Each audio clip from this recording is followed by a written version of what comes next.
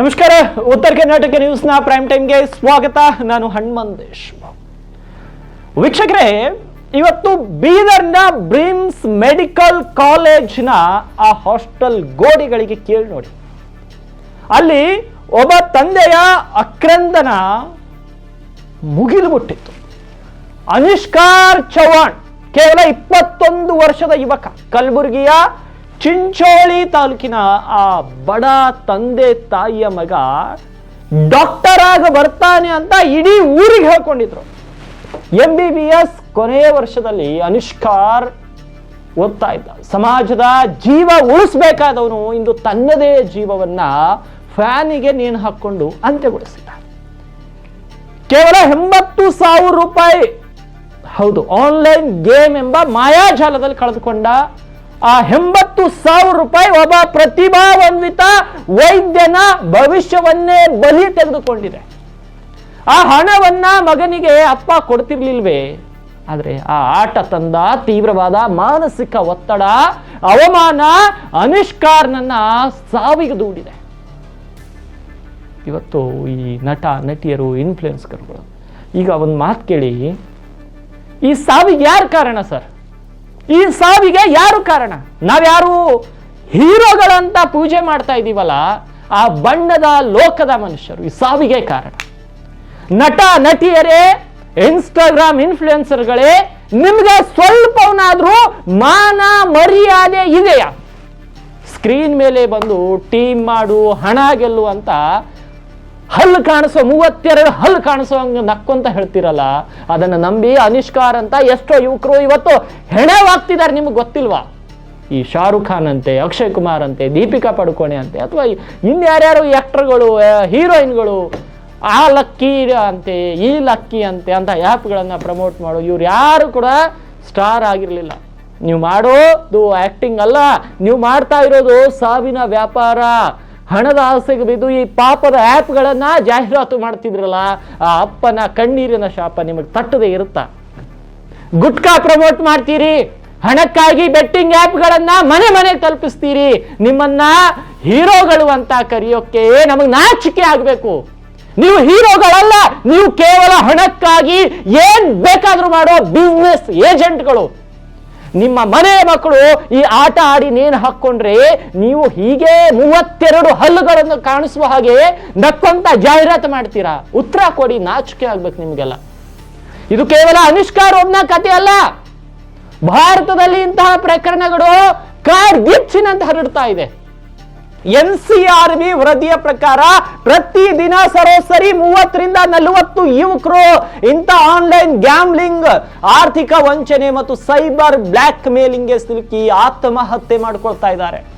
ವರ್ಷಕ್ಕೆ ಸುಮಾರು 15,000ಕ್ಕೂ ಹೆಚ್ಚು ಯುವಕರು ಕೇವಲ ಆರ್ಥಿಕ ಸಂಕಷ್ಟದ ಕಾರಣಕ್ಕೆ ಸಾವನ್ನಪ್ತಾ ಇದ್ದಾರೆ.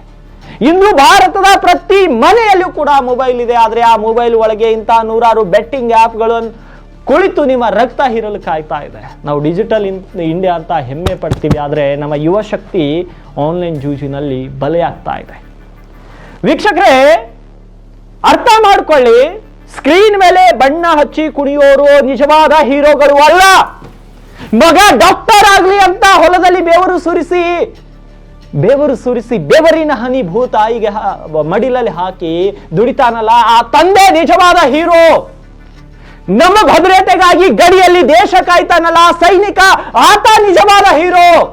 ನಮ್ಮ ಹೊಟ್ಟೆ ತುಂಬಿಸುವಂತ ರೈತ ನಿಜವಾದ ಹೀರೋ. ಈ ಬೆಟ್ಟಿಂಗ್ ಆ್ಯಪ್ಗಳನ್ನ ಪ್ರಮೋಟ್ ಮಾಡಿ ನಮ್ಮ ಬದುಕನ್ನ ಹರಾಜ್ ಹಾಕುವ ನಟರನ್ನ ಬೈಕಾಟ್ ಮಾಡಿ ಇವರ ಸಿನಿಮಾಗಳಿಗೆ ಸಾವಿರಾರು ರೂಪಾಯಿ ಸುರಿಯೋ ಬದಲು ನಿಮ್ಮ ಪೋಷಕರ ಮುಖ ನೋಡಿ ಇವರನ್ನ ಆರಾಧಿಸುವುದನ್ನ ನಿಲ್ಲಿಸಿ. ಇವ್ರನ್ನ ಯಾವಾಗ ನಿಲ್ಲಿಸ್ತೀರೋ ಅವರು ಅವತ್ತೇ ಬಿಡ್ತಾರೆ ಅಂತ ಫೇಕ್ ಆ್ಯಪ್ಗಳನ್ನ ಪ್ರಮೋಟ್ ಮಾಡೋದು. ಯುವಕ ಮಿತ್ರರೇ, ಒಂದು ಮಾತು ನೆನಪಿರ್ಲಿ, ಈ ಜಗತ್ತಿನಲ್ಲಿ ಕಷ್ಟ ಪಡದೆ ಹಣ ಸಿಗುವ ಯಾವ ದಾರಿಯೂ ಸರಿಯಾದದ್ದಲ್ಲ. ಈ ಆನ್ಲೈನ್ ಗೇಮ್ಗಳಲ್ಲಿ ಹಣ ಗೆಲ್ಲೋದು ಕೇವಲ ಆ್ಯಪ್ ಕಂಪನಿಯ ಮಾಲೀಕರು ಮತ್ತು ಅದನ್ನ ಪ್ರಮೋಟ್ ಮಾಡೋ ನಟರು ಮಾತ್ರ, ನೀವಲ್ಲ. 80,000 ರೂಪಾಯಿ ಹಣ ಹೋಗಿರ್ಬೋದು, ಆದ್ರೆ ಅನಿಷ್ಕಾರ್ ಅದನ್ನ ಅಪ್ಪನ ಹತ್ರ ಕೇಳಿ ತಗೊಂಡಿದ್ರೆ ಹೇಗೋ ಮಾಡಿ ತೀರಿಸ್ತಾ ಇದ್ರು. ಆದ್ರೆ ಅದನ್ನ ಪ್ರಾಣ ಹೋಗಿದೆ. ಆ ಅಪ್ಪನಿಗೆ ಜೀವನ ಪರ್ಯಂತ ಡಾಕ್ಟರ್ ಮಗ ಸಿಗ್ತಾನ? ನೀವೇ ಹೇಳಿ. ಸೋಲನ್ನ ಎದುರಿಸುವ ಧೈರ್ಯವನ್ನ ಬೆಳೆಸ್ಕೊಳ್ಳಿ. ಜೀವನದಲ್ಲಿ ಹಣಕ್ಕಿಂತ ನಿಮ್ಮ ಉಸಿರು ದೊಡ್ಡದು, ಇದನ್ನ ಮರಿಬೇಡಿ. ಯಾವುದೋ ನಟ ಬೆಟ್ಟಿಂಗ್ ಆಪ್ ಪ್ರಮೋಟ್ ಮಾಡಿದ್ರೆ ಅವರನ್ನ ತರಾಟೆ ತೆಗೆದುಕೊಳ್ಳಿ. ಸರ್ಕಾರ ಇಂಥ ಆಪ್ಗಳನ್ನ ಸಂಪೂರ್ಣ ಬ್ಯಾನ್ ಮಾಡಬೇಕು. ಇಲ್ದಿದ್ರೆ ದಿನವೂ ಒಬ್ಬೊಬ್ಬ ಅನುಷ್ಕಾರ್ ಸಾಯುತ್ತಲೇ ಇರ್ತಾನೆ. ಸ್ನೇಹಿತರೆ, ಈ ಪ್ರೈಮ್ ಟೈಮ್ ಪ್ರತಿಯೊಬ್ಬ ಪೋಷಕರಿಗೂ ಮತ್ತು ಯುವಕರಿಗೂ ತಲುಪಬೇಕು. ಈ ಬಣ್ಣದ ಲೋಕದ ಮನುಷ್ಯರ ಅಸಲಿ ಬಣ್ಣ ಎಲ್ರಿಗೂ ಗೊತ್ತಾಗಬೇಕು. ಯಾಕಂದ್ರೆ ಅನುಷ್ಕಾರ್ ಸಾವಿಗೆ ಯಾರು ಏನ್ ಹೇಳಿ ಸಾಲ ಆಯ್ತು ಅಂತ ಹೇಳ್ತಾರೆ, ಬೆಟ್ಟಿಂಗ್ ಆಡ್ತಿದ್ದ ಅಂತ ಹೇಳ್ತಾರೆ. ಆದ್ರೆ ಇವೆಲ್ಲವೂ ಅನುಷ್ಕಾರ್ಗೆ ತಲುಪಿದ್ದು ಹೇಗೆ? ಇವೆಲ್ಲವೂ ಅನುಷ್ಕಾರ್ಗೆ ತಲುಪಿದ್ದು ಮೊಬೈಲ್ ಮುಖಾಂತರ. ಆ ಮೊಬೈಲ್ ನಲ್ಲಿ ಯಾರಾದ್ರೂ ಒಬ್ರು ಪ್ರಮೋಟ್ ಮಾಡಿದಾಗ ಮಾತ್ರ ಆ ಆಪ್ ಆತನ ಕೈಗೆ ಸಿಕ್ತು. ಅವಾಗ ಡೌನ್ಲೋಡ್ ಮಾಡ್ದ, ಹಣ ಕಳೆದುಕೊಂಡ. ಇವತ್ತು ನಮ್ಮೆಲ್ಲರನ್ನ ಬಿಟ್ಟು ಹೋಗಿದ್ದಾನೆ. ಇದೆಲ್ಲದಕ್ಕೂ ಕಾರಣ ಯಾರು? ನಾವು ಯಾರನ್ನ ಹೀರೋಗಳು ಅಂತೀವೋ, ನಾವು ಯಾರನ್ನ ನಮ್ಮ ದೈವ, ನಮ್ಮ ಸ್ಟಾರು ಅಂತ ನಾವು ಯಾರನ್ನ ಕರಿತೀವೋ ಅಂತ ಕಚಡಗಳು ಮಾಡಿದಂತ ಆ ಆಪ್ ನ ಪ್ರಮೋಟ್ ಮಾಡಿದ್ದಕ್ಕಾಗಿ ಅನುಷ್ಕಾರ್ ಅದನ್ನ ಡೌನ್ಲೋಡ್ ಮಾಡ್ದ, ಅದರಲ್ಲಿ ಆಟ ಆಡ್ದ, ಹಣ ಕಳೆದುಕೊಂಡ, ಕೊನೆಗೂ ಜೀವನು ಕಳೆದುಕೊಂಡ. ಇವಾಗ ಹೇಳಿ, ಅವ್ರು ನಮಗೆ ಹೀರೋಗಳ ಅಥವಾ ನಮಗ ಅವರು ಯಮಪಾಶಗಳವರು? ನಾವು ಯಾರನ್ನ ಹೀರೋಗಳಂತ ಇದ್ದೀವಿ? ಬಟ್ಟೆ ಬಿಚ್ಚಿ ಕುಣಿಯೋರನ್ನ ಹೀರೋಗಳನ್ನ ಮಾಡ್ತಿದೀವಿ, ಬಟ್ಟೆ ಬಿಚ್ಚಿ ಕುಣಿಯೋರನ್ನ ಹೀರೋಯಿನ್ಗಳಾಗಿ ಮಾಡ್ತಾ ಇದೀವಿ. ಅವ್ರು ಹೇಳೋ ಮಾತನ್ನ ನಂಬಿ ಆಪ್ಗಳನ್ನ ಪ್ರಮೋಟ್ ಮಾಡ್ತಾ ಇದೀವಿ, ಗುಟ್ಕಾ ತಿಂತಾ ಇದೀವಿ, ಸರಾಯಿ ಕುಡಿತಾ ಇದೀವಿ. ಅವ್ರನ್ನ ಕೊನೆಗೆ ನಾವು ಹೀರೋ ಅಂತೀವಿ. ಆದ್ರೆ ಅವರು ನಮ್ಮ ಪಾಲಿನ ರಕ್ಕಸಕರು, ನಮ್ಮ ಪಾಳನ್ನು ನಾಶ ಮಾಡ್ಲಿಕ್ಕೆ ಬಂದಂತ ರಾಕ್ಷಸರು.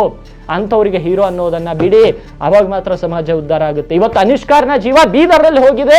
ಈ ಮಟ್ಟಿಗೆ ಆಕ್ರೋಶ ನಮಗಿದೆ. ದಿನಾಲು 30ರಿಂದ 40 ಯುವಕರು ಅನುಷ್ಕಾರ್ ರೀತಿನೇ ಸಾಯ್ತಾ ಇದ್ದಾರೆ. ಅನುಷ್ಕಾರ್ ಚವ್ಹಾಣ್ನ ಮನೆಯಲ್ಲಿ ಆ ತಂದೆ ಏನೆಲ್ಲ ಕನಸು ಕಂಡಿರ್ಬೋದು.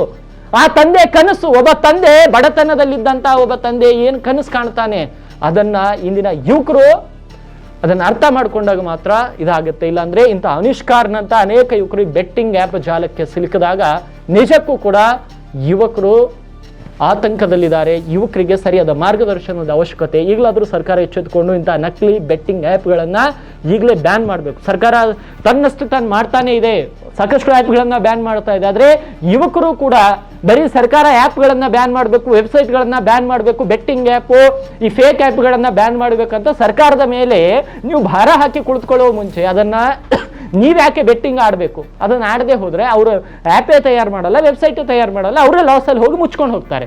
ನೀವು ಆಟ ಆಡ್ತಿದ್ದೀರಿ, ನಿಮಗೆ ದುಡ್ಡು ಬೇಕು ಅನ್ನೋ ಆಸೆಗೆ ನೀವು ಆ್ಯಪ್ ಅನ್ನ ಡೌನ್ಲೋಡ್ ಮಾಡ್ತಾ ಇದ್ದೀರಿ. ಅದಕ್ಕೆ ಅವರು ಹೊಸ ಆ್ಯಪ್ಗಳನ್ನ ತಯಾರಿಸ್ತಾ ಇದ್ದಾರೆ.